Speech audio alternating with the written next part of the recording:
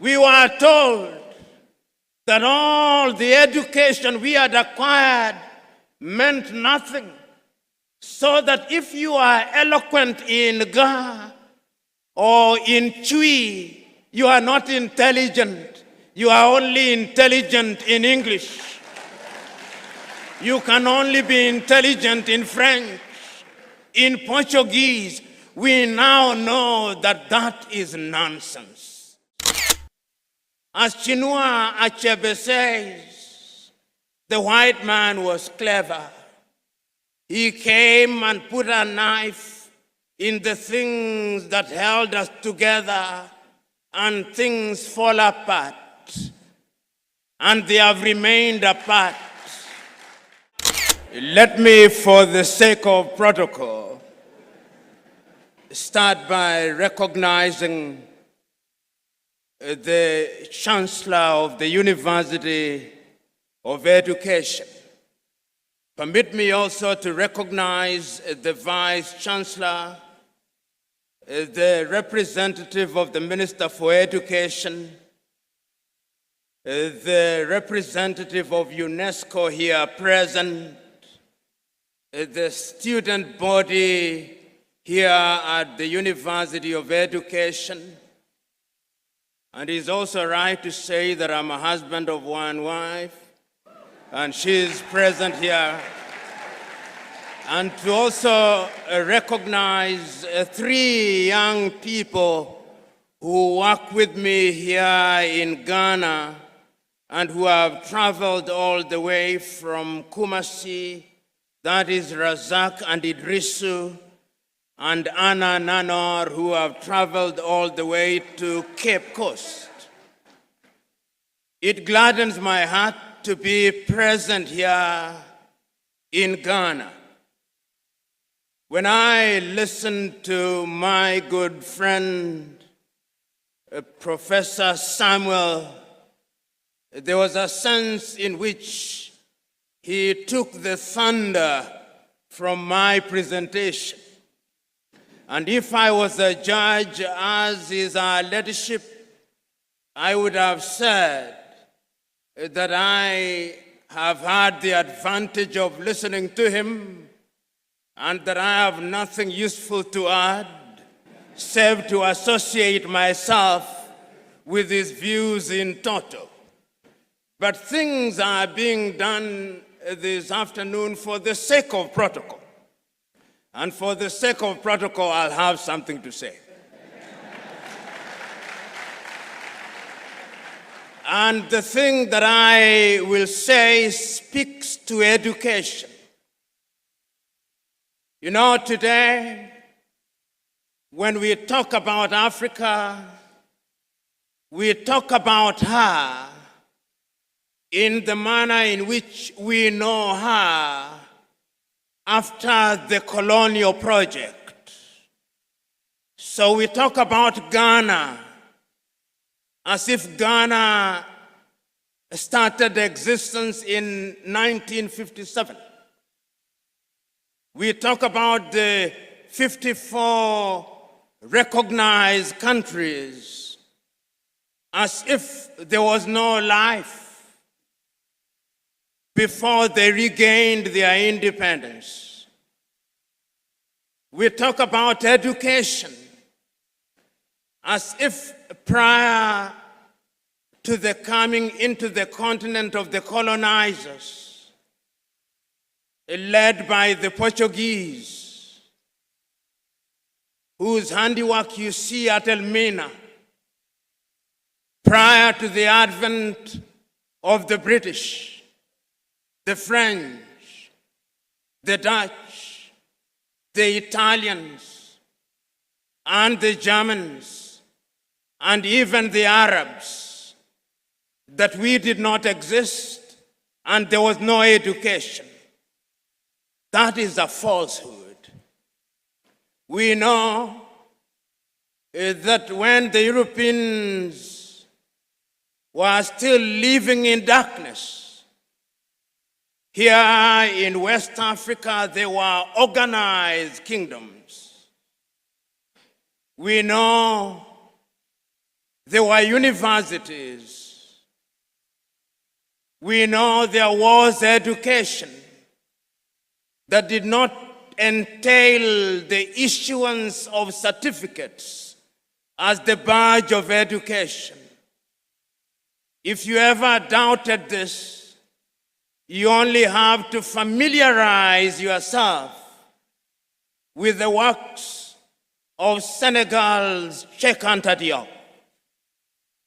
Cheikh Anta Diop reminds us that the Greeks learned their mathematics here, that their theories of construction were learned here, that there were great artists here. Africa had a golden age.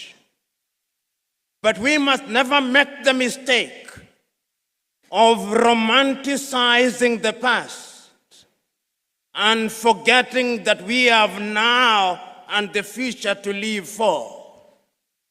Indeed, our very presence here, under the theme Empowering Minds and Shaping the Continent for the 21st Century, is a reminder to us that we have a duty to reclaim our past. And what we are doing here has been done several years before. Students of history will tell you that as early as 1906, that great South African Pixley Kaisaka Seme, then a student at the University of Columbia, gave an iconic speech, The Regeneration of Africa. And he reminded us that we have a duty as Africans to regenerate ourselves. You only regenerate that which had been generated. He was right. Those of you who are Ghanaians will remember that great Ghanaian, James Emmons Kwejiragri, ordinarily referred to as Agri of Africa. And you'll remember him reminding us that although we have, courtesy of colonization, been fed on chicken feed for too long, we are eagles and we can fly and soar.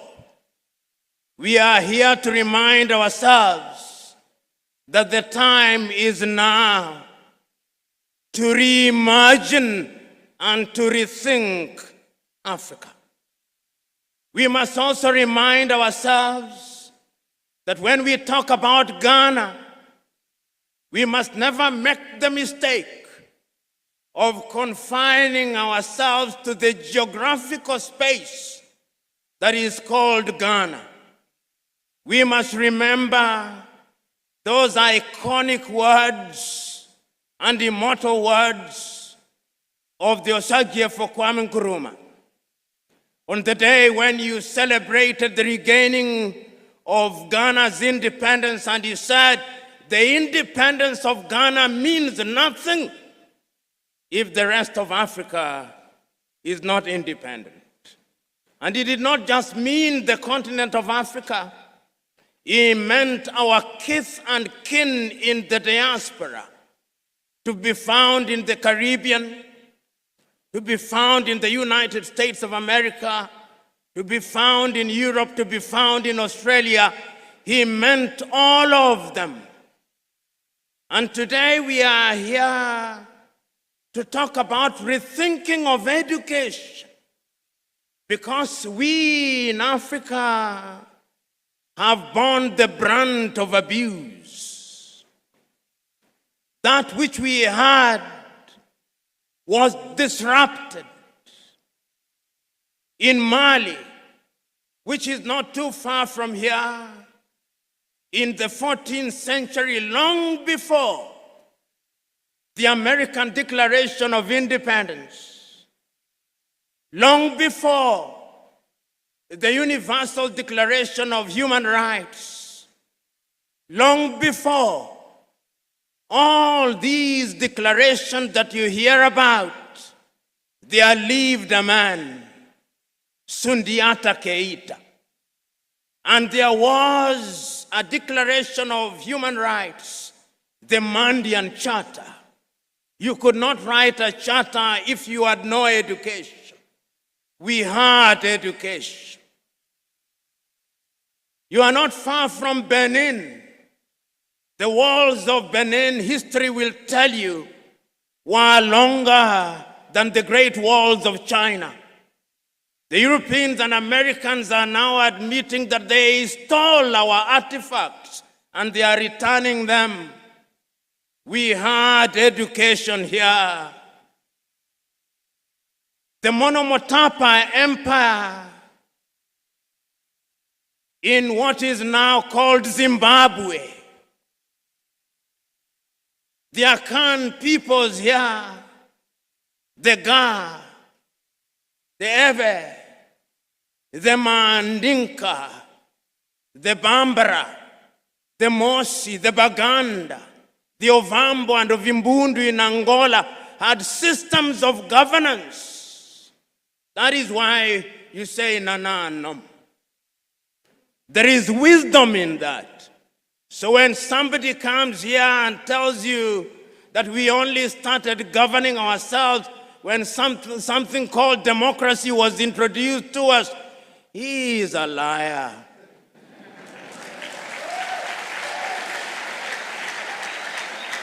And we are telling ourselves that we were disrupted.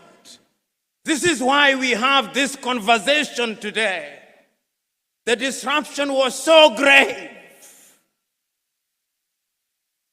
that today, here in Ghana, when you go to Tamale, the Moba people are to be found in Togo and to be found in Ghana. And somebody wants to tell us that the Moba in Ghana are Anglophone and the Moba in Togo are Francophone. It cannot be true. Somebody tells us that the Ovambo and the Ovimbundu in Angola are Lusophone because they were colonized by the Portuguese, and that they are kith and kin in the Democratic Republic of Congo are Francophone because they were colonized by the Belgians. It cannot be true. But the disruption was so thorough that when we regained our independence, or even before, we were told that our names were not good. So that when you are Christianized,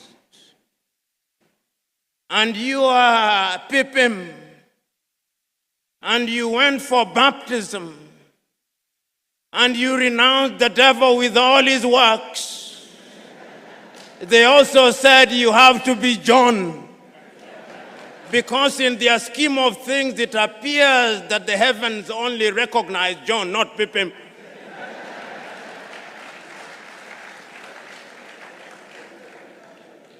We were told that all the education we had acquired meant nothing. So that if you are eloquent in Ga or in Chui, you are not intelligent. You are only intelligent in English. You can only be intelligent in French, in Portuguese. We now know that that is nonsense. And you know, when that great Nigerian musician in the 1980s, fella Nicola Pokuti said, "Teacher, don't teach me nonsense. he meant it. He was reminding us that we must examine our education system. You know, when the British came here and they were establishing schools across Africa, and then when they were establishing Achimota, which is famous for producing great Ghanaians, the intention was to produce young men and women who would support the colonial empire. The intention was the same in Uganda with Budo's King's College. It was the same in Kenya with the Alliance schools. As Chinua Achebe says, the white man was clever. He came and put a knife in the things that held us together, and things fall apart. And they have remained apart. So today, when we come here to talk about education, we come here to remind ourselves that we have urgent business to be undertaken. We have urgent business to be undertaken to remind ourselves that Martin Luther King Jr. is still right. The mind is the standard of the man. Because if the mind cannot imagine, then we cannot realize our potential. So we are here to interrogate our education system.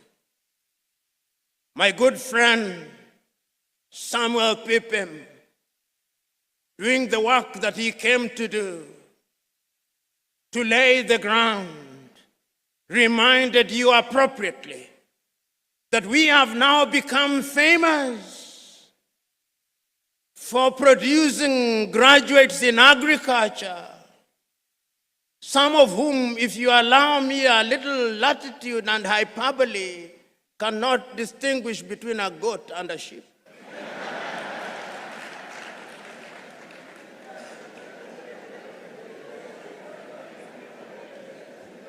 And that is why every person you ask in Africa is a farmer, but we are still importing chicken from Brazil.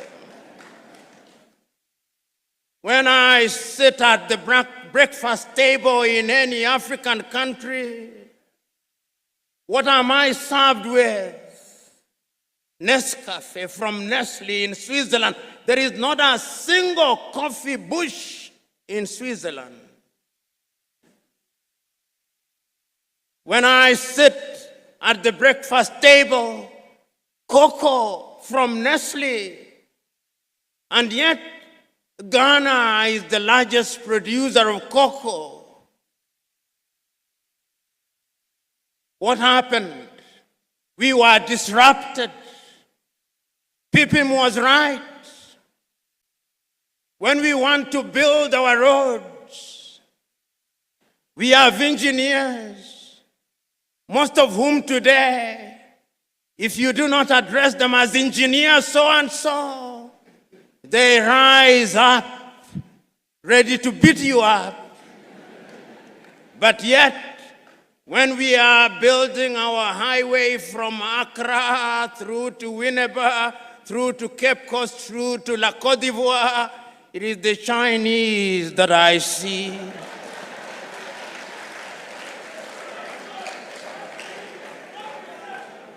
Which calls into question, what type of engineering are we teaching?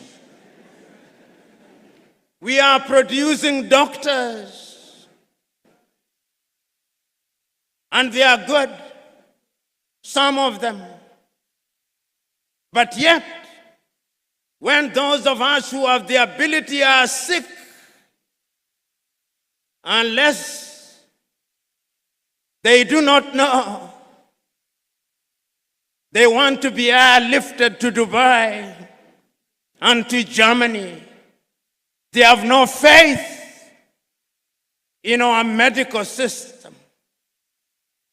When we are sick during COVID, All Africa is crying to America, oh, give us Moderna, give us Pfizer, to the Russians, give us Sputnik.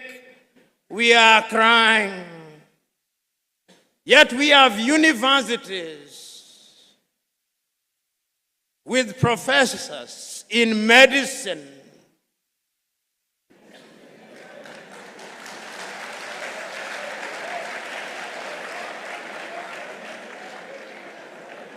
you know, there is a missing link somewhere. Until the day we have the courage to find that missing link, then we are not preparing for the 21st century.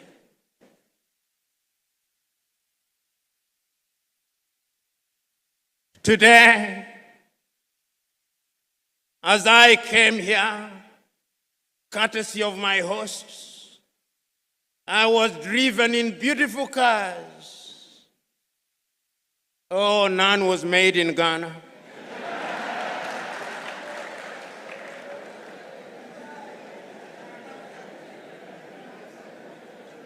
They are either made in Japan or in Germany. Africa does not produce cars.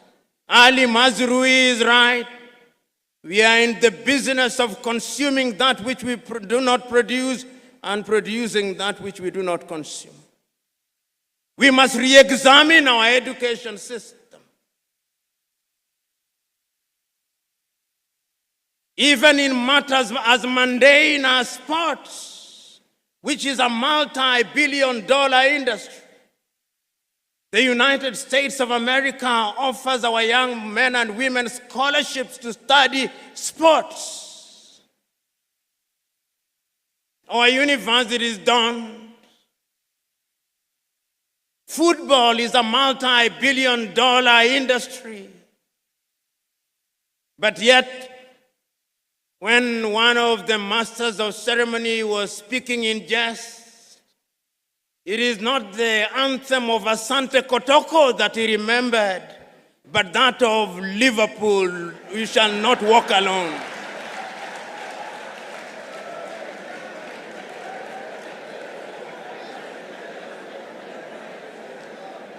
So that as we are sitting here, even in the area of sports, which is a whole multi-billion-dollar industry, our young men and women are preoccupied with whether Arsenal beat Real Madrid or Barcelona beat Borussia Dortmund. They do not care whether Hafia Guinea-du-Conakry beat Asante Kotoko. The Osagiefo was right when he said, we may actually solve the economic problem. We may even solve the political problem. But I dare say that the mental problem which was impacted and makes us feel inferior will take a little longer to solve. This was not only said by the Osagiefo himself in 1963. In 1933, Carter G. Woodson, that African-American educator writing in his book, Miseducation of the Negro, said that we have been so miseducated for so long. Our self-esteem has been undermined for so long. We have been made to use the back door for so long that even when we are told to use the front door, we look for the back door, and if we can't find it, we create our own back door.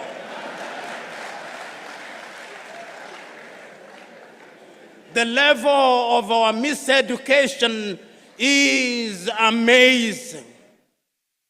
We must change it in order to enter into the 21st century. You know, Brother Pippin, when you said that our passport, technological passports, to the 21st century and visas to boot are expired, you are right. How can we play football on the games of rugby, on the rules of rugby? How? This is the question that we want to address today. We are talking about agriculture. And we are saying that we are now using technology to feed ourselves by manipulating the elements. The Chinese are seeding the rain so that it may rain. They have no problem with those of us who pray we must. But this misguided belief by Africans that when there is no rain we pray and do nothing about it is completely misguided. The divine instruction was go ye and subdue the world. And subduing the world is by using our minds, by using the knowledge that we have. This is what the universities must ask. If you are a teacher, what kind of a teacher are you? Today, if I stood here and asked young Africans, and there is no shortage of them here, how many African authors do you know? And I asked, which is the last book of Chinua Achebe that you read? Or Kofi Awunur? Or Aikwe Yama? Or Kamara Lai? Or Flora Nwapa? Or Dambisa Moyo? Or more recently, Chimama and Ngozi Adichie? Or Yagyansi? How many have? We have been made to believe that it's only Shakespeare and Charles Dickens that matter. The time is now for us to change our minds. And we can only change our minds if we decolonize our minds. Ngugi Iwa Thiong'o, that famous Kenyan writer, says, until the day that we decolonize our minds, we are going nowhere. And Ngugi reminds us that we may have decolonized our countries, but there is something called decoloniality, totally liberating ourselves from the mental chains of the colonizers. You know, the Osagyefo, to whom Africans owe an apology, wrote in his great book, Neo-colonialism, the last stage of imperialism and the most dangerous. We are in that stage. That stage when the colonizer still wants us to believe that our literature is inferior, that our science does not exist, that our mathematics does not exist, that we have no medicine to talk about, that we cannot mine beyond Galamsey, that we cannot extract our own oil, that we have no business being in robotics and cryptocurrency, that we must be consigned to the Museum of History alongside the spinning wheel, that we have no business being in the jet age. That is what we are being told. And my fear is that we appear to be believing it. We appear to be believing it because in our institutions of learning, when you look at our curriculum and you look at the curriculum of a number of countries in the Middle Ages, there is no difference. And I want to remind all of us that in the 1960s, when we were regaining our independence, and you read what was happening in different African countries, and I remind you to reread some of the thinkers of the time and the emphasis that they put on education. I was rereading for the umpteenth time the 32 speeches that were delivered by African leaders in Addis Ababa, Ethiopia, between the 23rd and 25th days of May 1963, all of them, without exception, said one thing: if we are to give meaning to our independence, then education must be our focus. So said Ethiopia's Haile Selassie. If we want to change the continent of Africa, we must give meaning to education. So said Mwalimu Julius Kambarage Nyerere of Tanzania on that day. If we are going to change my little Senegal, we must give education priority. So said Leopold Sédar Senghor of Senegal. Even the complicit Félix Houphouët-Boigny in La Côte d'Ivoire believed so. But the ultimate was, of course, the one and only, the Osagyefo. He was as eloquent as he was passionate. And when he came home, where did he not visit? If he was not at Legon, opening the University of Ghana, he was in Kumasi, creating what is now the Kwame Nkrumah University. And if he was not at Kumasi, he was here creating an institute. He was everywhere. That is why when I heard my good friend talking about free basic education, he knew that ignorance is the enemy of progress. He knew that if there was a ghost that we had to exorcise, it was the ghost of ignorance. He knew that if there was a devil that we had to pray and fast against, it was ignorance. He knew that if there was anything we had to marshal our forces against in order to exorcise the ghost of tribalism in its primordial sense, it was ignorance. He knew. Yet, several years down the line, when you ask your typical academic, when they want to say that the University of Winneba, of education at Winneba is good, they say it is as good as Oxford. Why? Why can't it be just good? They must say that it's as good as Harvard, as MIT. Why must we always have this inadequacy to compare ourselves with others?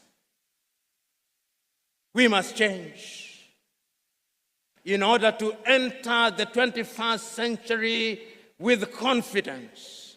Your leadership, who is a judge and belongs to our profession, which is one of the most imprisoned professions in Africa.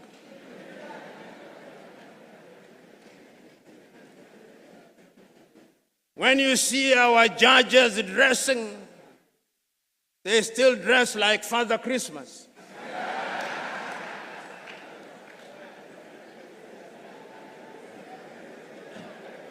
Whoever told us that justice could only be administered when you dress like Father Christmas, I do not know.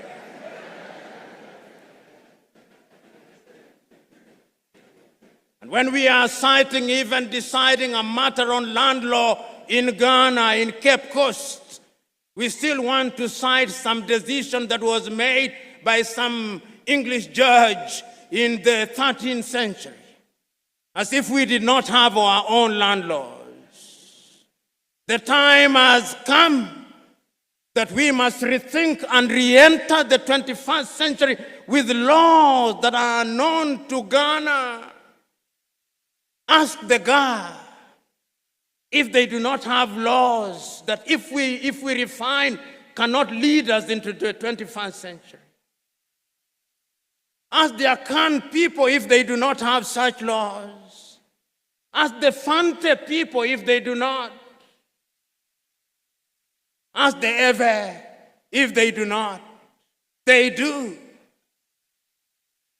We live in a world where we are so mentally captured that those of you in the middle class, your greatest claim to fame is that my daughter can no longer speak Chui. and is meant to be a badge of honor. It is a badge of complete colonial conquest. And we cannot enter the 21st century with that mindset. Go to the countries in the Scandinavia, which we can dare compare ourselves with. Go to Denmark, they teach in Danish. Go to Norway, they teach in Norwegian. Go to Sweden, they teach in Swedish. Go to Finland, they teach in Finnish. Go to Korea, they teach in Korean. Go to China, they teach in Chinese. Go to Japan, they teach in Japanese. Then they meet the world. But you and me, here I am waxing eloquent in English.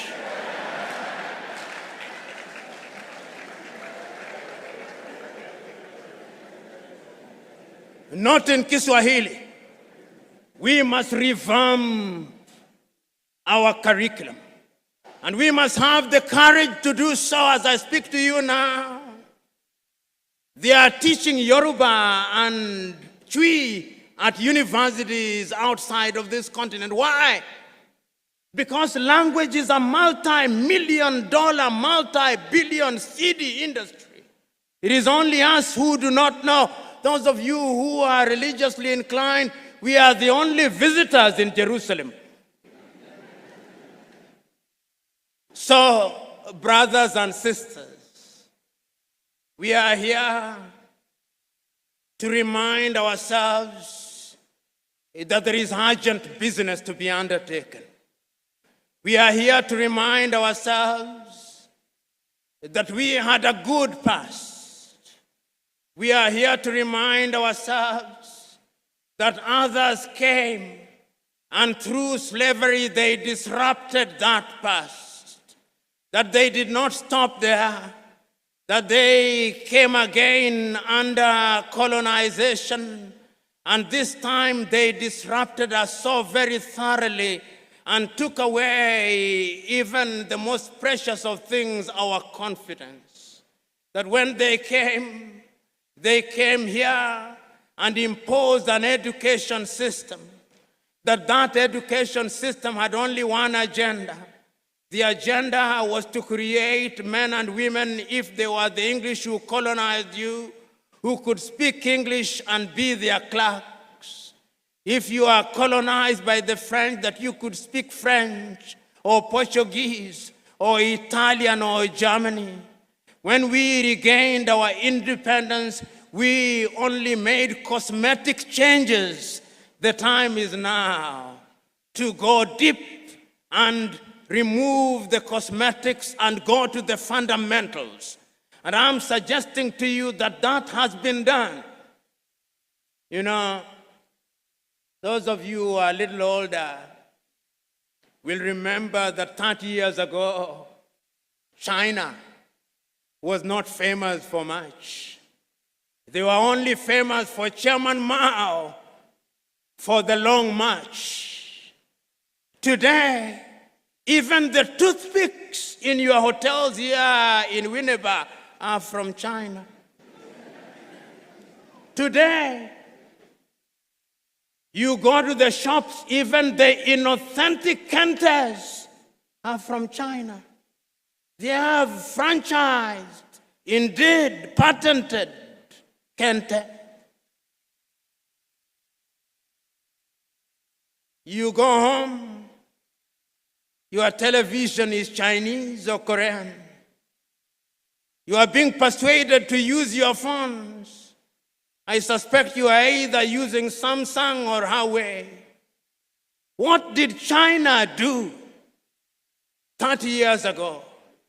They made a decision that we are going to change our education system.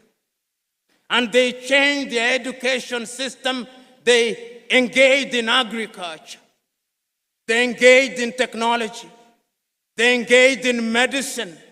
They engaged in everything. And today, China is the second strongest economy in the world, with a GDP of no less than 19 trillion United States dollars. Compare that with little Ghana. Compare that with little Sierra Leone. Compare that with little Kenya, with little all these countries. What they did was to change their minds in order to change their future. And that is why when we are building roads, whether it's in Nairobi, Kenya, or in Accra, Ghana, or in Dar es Salaam in Tanzania, or in Senegal, or in Ouagadougou in Burkina Faso, or Bamako in Mali, or Harare in Zimbabwe, or in Zambia, who do we find? Chinese. Because they changed their minds. The time is now for us to change our minds. The academics who are here must agree with me that we have sinned and fallen short of the expectations of our countries. And that the time is now to say that we should be forgiven. And if our generation committed those mortal sins, you up there must not repeat those mistakes. You must not repeat those mistakes. You must use the examples and the experience so that you do not step on the landmines that we stepped on. That is why Chinua Achebe said, where are the young suckers that will grow when the old banana dies? These are old bananas. You are the young suckers. So rise up. Africa is not expecting you to engage in a perpetual state of lamentation. No, lamentation will not help you. And I want to remind you that when you are here in Ghana, don't compete with Liberia. You will beat Liberia. Don't compete with Benin. Don't compete with Togo. Don't compete with La Côte d'Ivoire. Don't compete with all these little African dwarfs. Compete with giants. And when Ghana wakes up, this Ghana, you know, sometimes when I think about Ghana, I think about Kwame Nkrumah. And you think about his books, Dark Days in Ghana, Letters from Conakry. When the Osagyefo is so close yet so far,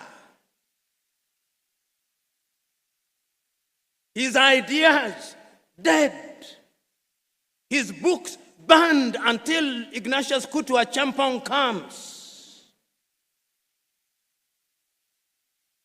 It is only in the year 2013 that Nkosazana and Lamini Zuma, the then chair of African Commission, writes a letter of apology to Kwame Nkrumah. I urge you to read it. He tells Kwame, you are right. Everybody was wrong when you said we must unite and change our education system in order to compete.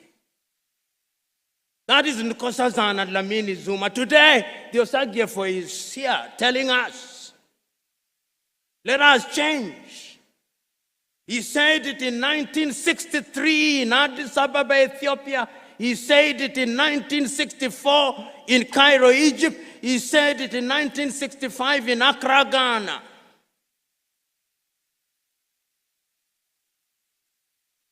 And on 6th day of March 1997, on the occasion of the celebration of 40 years of independence of Ghana, Kambarage Nyerere himself also apologized to Osagyefo Kwame Nkrumah.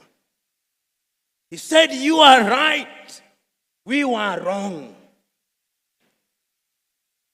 Today I'm saying that we cannot remain imprisoned in history and lamentation. That is why it is still true for you Ghanaians. Nkrumah is dead, but Nkrumah never dies.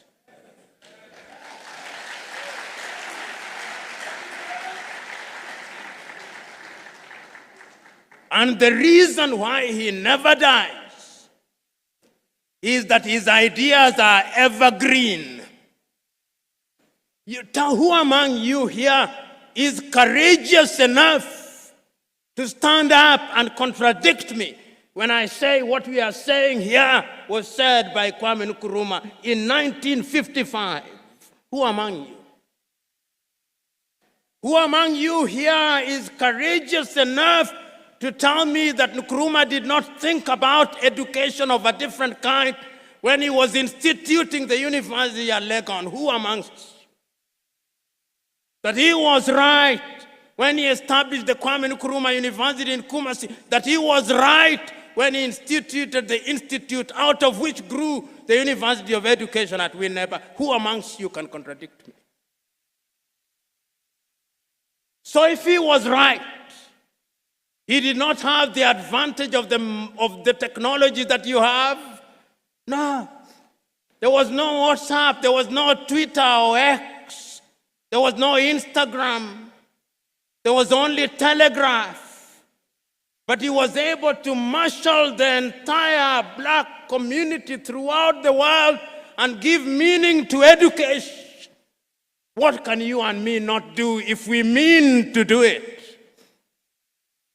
So you young men who are present here, don't tell me Nkrumah was old. Nkrumah was just slightly older than you. If you look at his cabinet, some of them were in their 20s. It is not formal education that maketh a man or a woman. The great Indian sage Raja Gopalachari says, education is not merely attending institutions and acquiring certificates. He says, you may have gone to school, but has school gone through you? This is the question. So, ladies and gentlemen, here today, we are here to tell ourselves ad nauseum that the mother continent can change, and she will change. She will change, and when I look at the future and I hold all factors constant, I see an Africa whose young men and women are educated and their education is about innovation and invention. I see such an Africa. I see an Africa whose sons and daughters will be leaders in cryptocurrency. I see that Africa. I see an Africa where all the cars running from Addis Ababa in Ethiopia to Banjul in the Gambia will either be made in Togo, Burkina Faso, or Uganda. I see that Africa. I see an Africa where the Ghanaian doctors who are running hospitals in the United States and in the United Kingdom will have the courage to come back home because there is something called a hospital where they can do their trade. I see such an Africa. I see an Africa where we will have our own satellites that are launched next to Elmina Castle, and they'll go out there in the orbit, and we shall not be depending on Vodafone. I see such an Africa. I see an Africa where we will be able to produce enough rice, enough cocoa, and enough gold, and we will process it here, and that you will be selling it to Nairobi, Kenya, Dar es Salaam in Tanzania, and it will not be necessary to look to the outside world.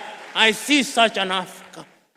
I see an Africa where, apart from Kiswahili, one of the languages that will be spoken will be Twi or Ebe or Ga. I see such an Africa. That Africa is possible. It is possible, Honorable Minister for Education, when at your next meeting you think outside of the box, or preferably without reference to the box. I see an Africa where we will give practical meaning to Africa Agenda 2063, not merely as a point of reference, but as a practical reality. I see an Africa where there is Africa Continental Free Trade Area, and the majority of students here at Winneba will be drawn from Togo, from Benin, from Gabon. I see an Africa where our kith and kin in Martinique, in Guadeloupe, and Barbados, Antigua, and Barbuda will be coming here. I see that happen. That is why, when I have such foresight, wisdom not only requires but dictates that I stop. Because going beyond that would be flogging a dead horse. I see an Africa that gives meaning to those words of the Osagyefo Kwame Nkrumah, written in his book, Africa Must Unite, that Africa needs a new citizen. Are you those citizens that the Osagyefo was talking about? Are you? Do you have values? Do you have passion? Do you have dedication? Do you have love? Do you have imagination? Do you have the spirit of innovation? Do you have the spirit of invention? If that is true, then I have no fear for Africa. So go out there and amaze Africa. God bless you.